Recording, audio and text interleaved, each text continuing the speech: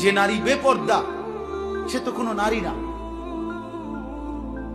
সে নারী না। আল মারআতু আওরাতুন। রাসূলুল্লাহ সাল্লাল্লাহু আলাইহি ওয়াসাল্লাম এক শব্দ বলছে, নারী বলে কাকে? আওরাতুন।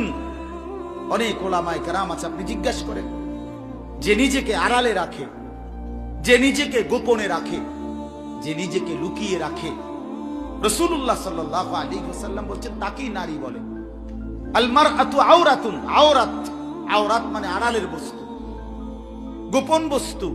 হীরা মণি মুক্তা রাস্তায় ফেলে দেয় না, হীরা মণি মুক্তা আগলে রাখতে হয়, আপন করে রাখতে হয়, গোপন করে রাখতে হয়, মখমলের কাপড় দিয়া পেঁচাইয়া রাখতে হয়।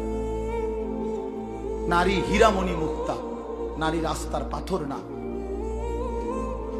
নারী পিচ ঢালা পাথর নয়, মুক্তার চাইতেও দাম। অতএব বেপর্দা নারী আমার দৃষ্টিতে, এটা আমার ব্যক্তিগত কথা, বেপর্দা নারী এটা কোনো মহিলা না, নারী না, বেডিও না, বেডির জাতও না। এটা তো এটা কি? এটা প্লাস্টিক। প্লাস্টিক বলেন কি? দা না, দাইয়ুস না। দাইয়ুস হলো পুরুষ। আবার বুঝেন, মাশাআল্লাহ, ভালো কথা বুঝেন। হ্যাঁ, আরো লাইনে আসে। দাইয়ুস মহিলাকে বলেন, এটা একটা গুরুত্বপূর্ণ কথা, অনেকেই বোঝে না এটা।